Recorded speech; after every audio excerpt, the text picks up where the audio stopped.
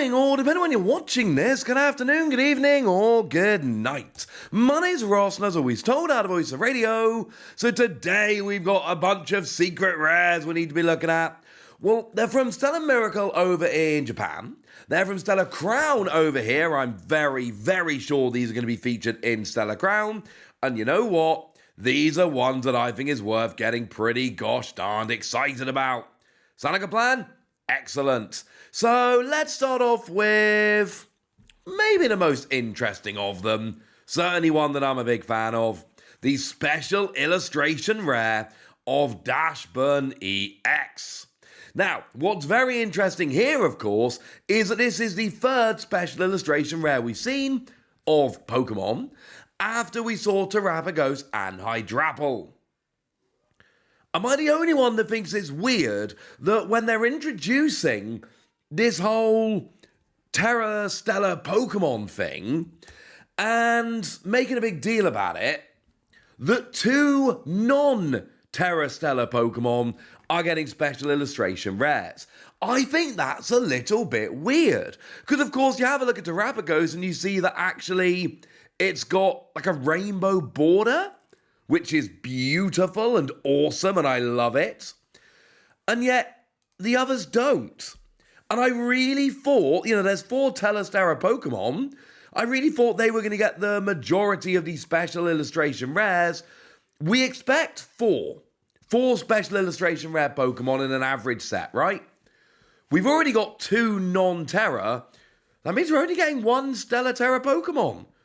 Well, in addition to the Terapagos we've already seen. I cannot be the only one that thinks this is a little bit weird. But Unishida here has absolutely knocked it out the park. It is a bit weird to me that we've got a bunch of baked goods laid out on a table, and then Dashburn lying on the table. Is Dashburn there to enjoy the baked goods? Or is Dashburn one of the baked goods? This could either be a really lovely or really dark piece of artwork, depending how you read it. So what have we got from Dashburn? While the attack here is meh. 2 energy, 130 plus confusion. It's fine, but it's not exactly amazing. But Dashburn's ability is really good. It's basically Cheryl as an ability. That's basically where we're going here. It is Cheryl as an ability. You remove all damage counters from all of your evolution Pokemon. Yay. But when you do that, you have to remove all the energy from them. So it's cool, don't get me wrong. Big fan of it. Think it's very lovely. But also kind of willing to admit that it's kind of a one-shot deal, yeah? You evolve up, and it is just a use it when you evolve thing, right? So you evolve up, you heal all your Pokemon, you lose all of your energy, but it's really not the end of the world. We can live with this. But then that's just kind of it. And that's kind of annoying, honestly. Because then it's just sitting there. And it really literally is just Cheryl. It is weird how Cheryl this is. But hey, it's Cheryl. It's like exactly the same as Cheryl. It is so weirdly the same as Cheryl. It's very, very weird to me. Anyway, point is, Cheryl, when you evolve up, it's all right. It's nice as an ability, but then you got a 2-prize Pokemon just kind of like sitting there, not doing what it would generally be doing, and that is a little bit weird to me. Decent card, certainly interesting, but the artwork is absolutely amazing. If we want to stick with Pokemon for a minute, we got a couple of illustration rares to have a look at, including your Gulpin. Yeah. Although actually, Gulpin evolves into Swalot, and Swalot is a very interesting Pokemon. Also, do need to point out that the Swalot has artwork by Okacheke, who in my eyes is the single best artist working in the Pokemon TCG right now, and I find that kind of interesting. Obviously, the Gulpin is kind of meh. The second attack is free energy, 30 damage plus poison. Obviously, we're not getting excited about free energy, 30 damage plus poison. It is, I think it's not unfair to say, a pretty bad attack. But while we're here, looking at the lovely artwork, it's eating a whole cake. It is a Pokemon after my own heart.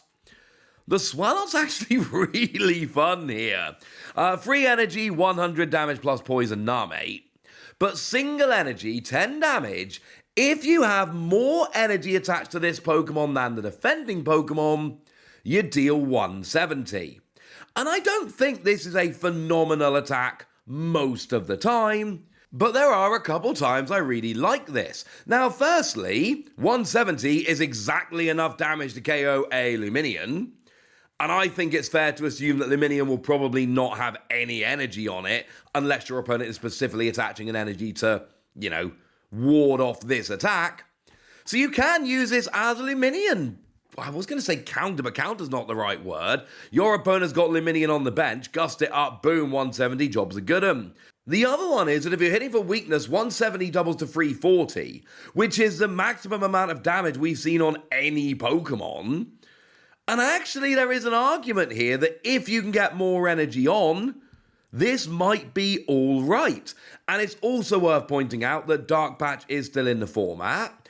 And we got that Janine card that just came around in Night Wanderer that can accelerate energy to Darkness Pokemon.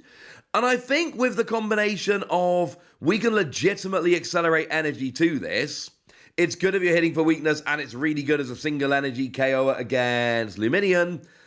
I'm just saying that actually there is an argument here. I'm not saying it's a great argument, but I'm saying there is an argument. The other one we've got here in terms of illustration rare is Milcery. And I like this. This is kind of cool. It's got lovely artwork. You do not need a translation of this for pretty obvious reasons. However, the regular artwork, I gotta let you know, ladies and gentlemen, is also done by Okacheke. Yeah, both of the illustration rares we were shown today have connections to Okacheke artwork. Is it any good? I mean, I prefer the regular, honestly. I love Okachek. No, they're both amazing. I think as a 1-2, they're absolutely stunning. Now, if we evolve up into Alchemy, do we have anything worth getting excited about? Well, this one took me a little bit to translate. It's a little bit awkward, but I'm pretty sure it is. Search your deck for up to 5 basic energy of the same type as energy attached to this Pokemon. Show them to your opponent, put it into your hand. Yeah, the translation was more interesting than the attack. I love searching for 5 energy, but then you're just going to get KO'd and give up a prize, and I'm not sure it's worth it, honestly. Sorry about that.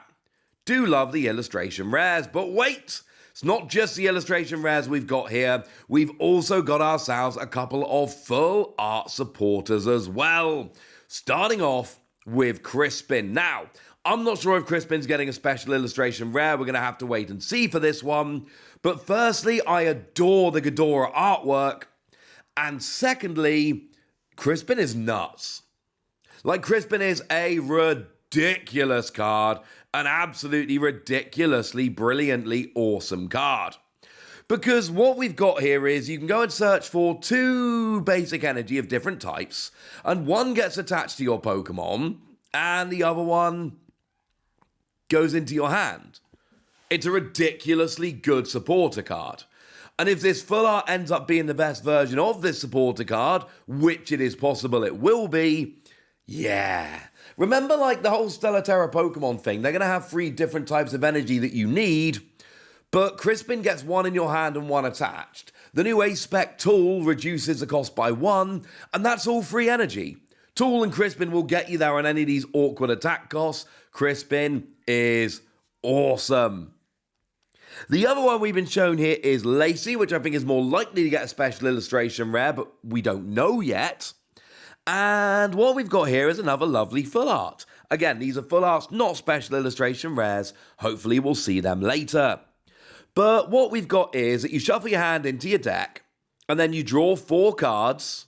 But if your opponent's got 3 or less prizes remaining, you draw 8 instead. I like this, generally speaking, but it doesn't do much for you in the early game, which is honestly kind of annoying. There is a cool combo, of course, with the new Dusknoir, where you give up a prize, but then your opponent's got 3 prizes remaining, so then you can shuffle draw 8, as an example.